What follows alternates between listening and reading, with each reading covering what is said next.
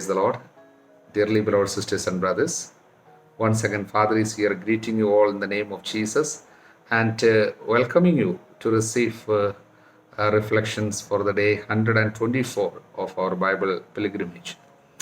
We have for our reflection 1 Samuel chapters 11 and 12, also Psalm number 82 and Romans chapter 7. Chapter 11 of 1 Samuel, we have the incident of Nahash, the Ammonite king, besieging Jabesh Gilead. You know, Nahash meaning is serpent, snake. So that shows the nature of this man. And the Ammonites came and attacking, besieging Jabesh Gilead. That's the territory of Manasseh, the other side, the eastern side of Jordan. So we now already know the map of the Canaan or Israel, the promised land. Praise the Lord. So here we find this episode of this man attacking Jabesh Gilead and the Israelites fighting back under the leadership of Saul. So in God's providence, this particular battle is providing an occasion for Saul's newly established kingship to be tested. So only after this victory, people are accepting him as a king. If not, he was still serving as a working in his field. He was still where he was. We find him later working in the field, so as a farmer. So God is bringing out some good thing from even the negative circumstances which we have been seeing all the time. Praise the Lord. So here also he did it beautifully well. And next verse 3, the elders of Jabesh said to him, that is Nahash, the king, give us 7 days respite, that we may send messengers through all the territory of Israel. Then if there is no one to save us, we will give ourselves up to you.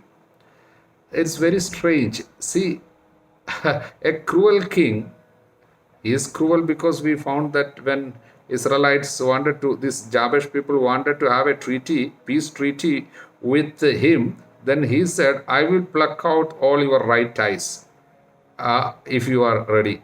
See, if you want to enter a peace treaty with me, this is the condition, I will take out your everyone's right eyes. See, such a cruel man this man was. And to him, these Jabesh people asked for 7 days. For what? We will send word to all our friends, means our other tribes. If they will come and help us, okay. If they are not coming for our help, then we will surrender. Hallelujah. And this man accepted. See, it's very strange. How could such a man accept? He came to destroy the people and he is waiting for 7 days. So that's very clear. God might have intervened very clearly, making him willing to wait. That's it. So God has authority over even such wicked people. That's the message. Praise the Lord. Then verse 5. Now Saul was coming from the field behind the oxen. So that's what I said. So that Saul continued to work as a farmer even after he was crowned and anointed as the king, shows his attitude. See, he was willing to work, continuing the menial job. And it seems that he didn't even now he didn't consider himself as the king. He did not accept, I think, inside of his heart. Also we find people weeping aloud, hearing the message that the Jabesh people are already besieged by the Ammonites. Then these people in Gibeah, that is Saul's place, Gibeah is Saul's homeland, home place. So they were weeping aloud. That appears to us that, even those people did not think of Saul as someone who can go and fight and help us like. So they didn't even accept this man as someone as of a value or help like that. That's why they were weeping as if they have no salvation. Praise the Lord. So verse 6. And the Spirit of God came mightily upon Saul. That makes the difference. Praise the Lord. Otherwise, this man was a farmer. So, Holy Spirit came upon him, and what happened? And his anger was greatly kindled. So Holy Spirit coming and this man is angry. Hallelujah. See, this is an example in scripture where anger is justified and leads to justice. See, in New Testament, we find the anger of Jesus during the cleansing of the temple. We know that. For example, in John chapter 2, verses 13 onwards. That serves as a parallel to this, which will help us to understand that the Spirit of God instilling the anger, that is nothing but the zeal. There it is also written, the disciples that time understood the word which is written about him. The zeal for the temple was consuming him. It was a zeal which was expressed in the form of anger. It's a zeal to bring justice. Praise the Lord. And the power of the Spirit of God made Saul a great and mighty warrior. Hallelujah. Then in the coming verses 12 to 15, we find a ceremony at Gilgal. That was a religious coronation, whereas the events at Mizpah in last chapter 10, verses 17 to 25, we have seen. That was more a political coronation, last chapter. So, here Saul's victory rallied enthusiasm and support from his people. And Samuel used this opportunity to help Israel renew its allegiance to God. So he's making use of this chance to project God as the king, that he always does. So the inauguration of a Saul as the earthly king is no way diminishing God as the one and true king of Israel. Praise the Lord. Now coming to chapter 12, we have something like a farewell speech, a farewell address of Samuel. Though he is giving such a farewell address, but it did not end his public ministry. He continued to minister in priestly and prophetic functions, but his death we find only in chapter 25. But the theme of this farewell message is more like a sermonic warning with the theme, obedience brings God's blessings, but disobedience merits only his reproof. Actually, this is serving like a divine warning, especially to Saul, the newly elected king, newly appointed king, because in the coming days we'll come to know about that, or how he will be rejected because of his disobedience. Praise the Lord. So in verse 16, we have a sign from the Lord. Now therefore stand still and see this great thing which the Lord will do before your eyes. After giving a beautiful speech, it's a warning, bringing forth incidents from the past and connecting it with the present and bringing a warning for the future.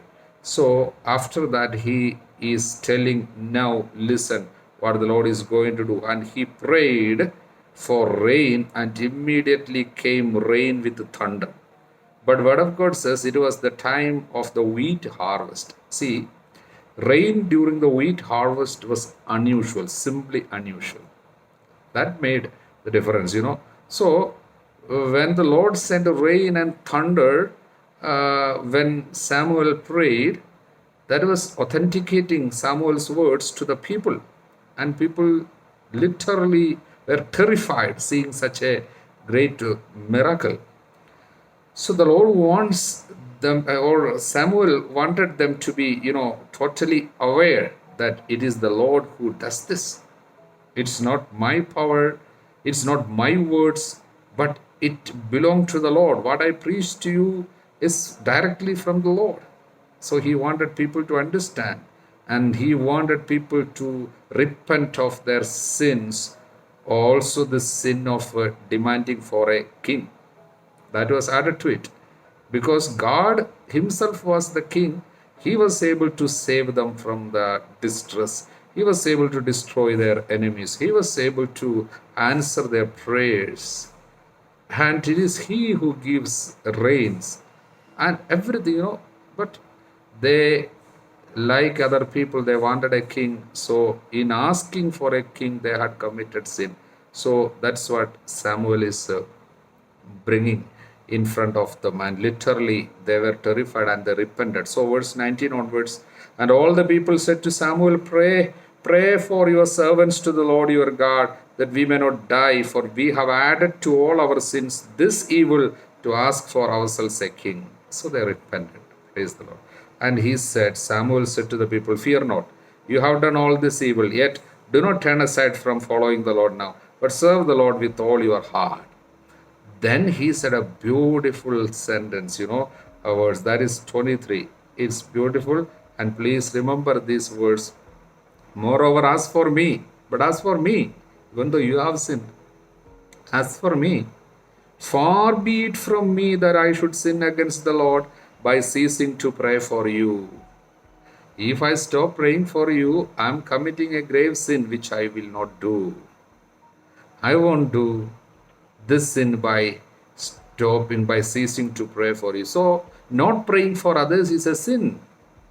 Even though they are in sin, even though they grieved you, even though they disobeyed you, even though they went against your will, if you stop praying for them, it's a sin. It's a grave sin.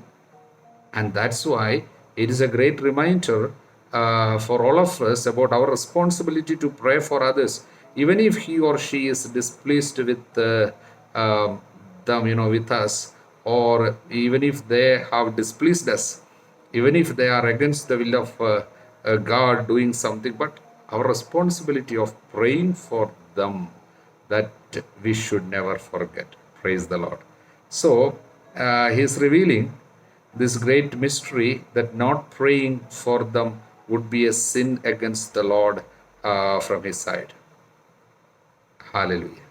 Now coming to Psalm number 82, though this is a very small psalm, but still we need to understand it, otherwise there can be some confusions.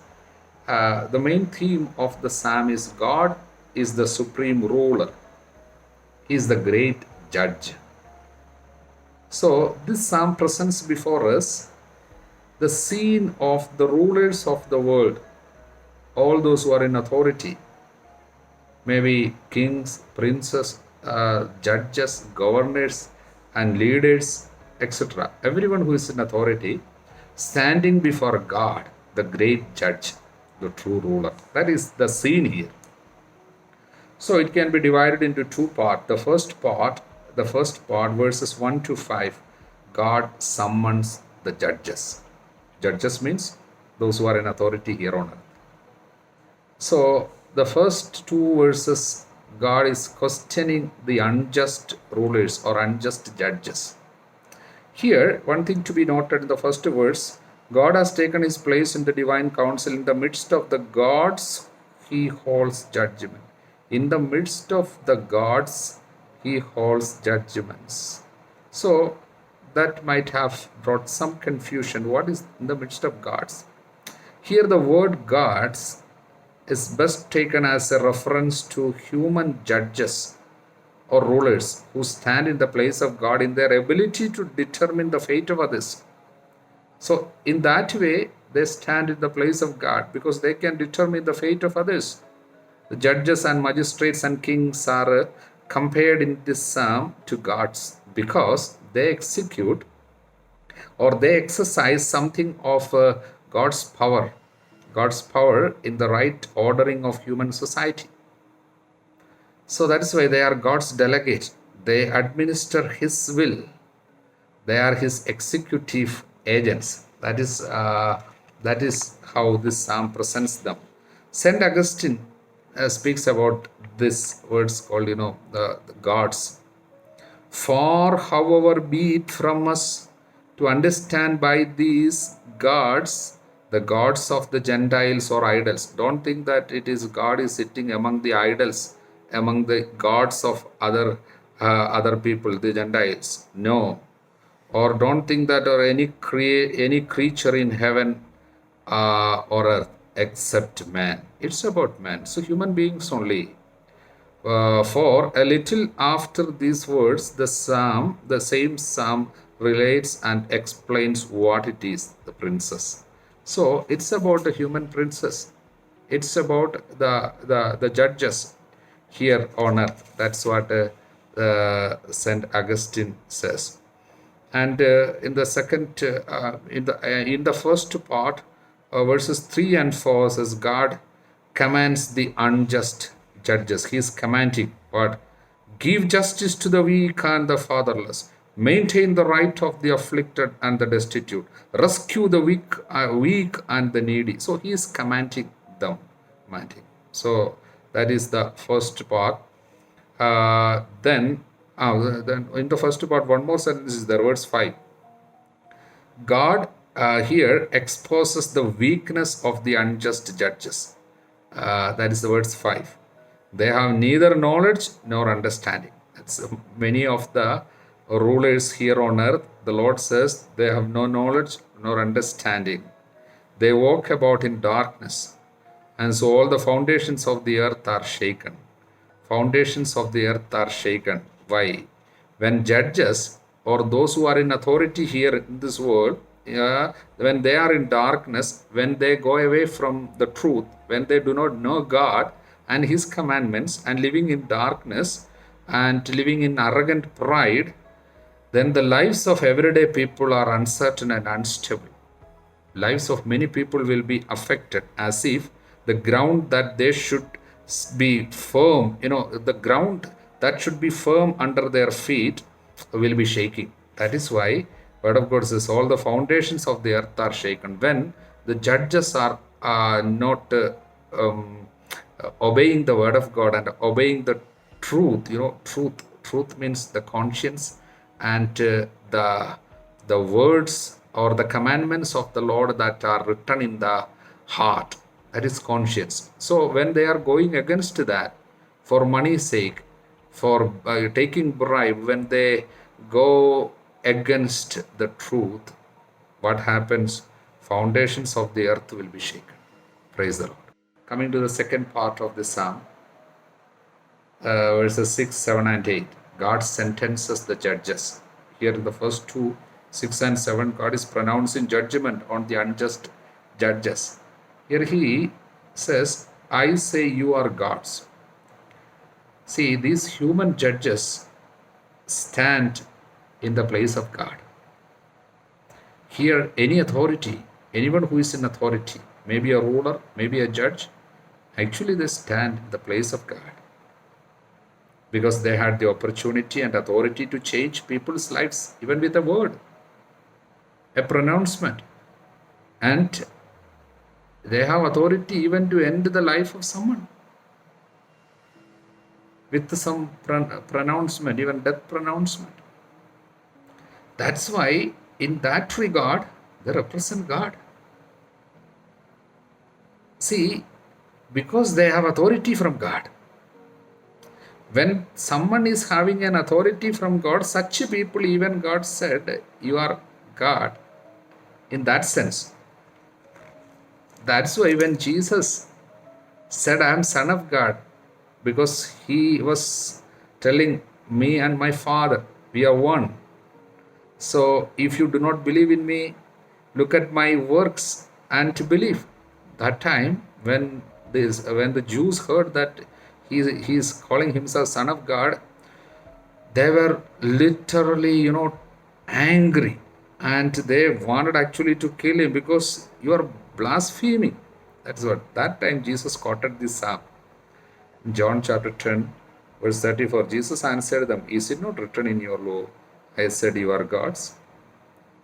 See, even those who have authority from God, just a simple authority as being a judge, about them also God said you are God, and afterwards all of you are children of the Most High.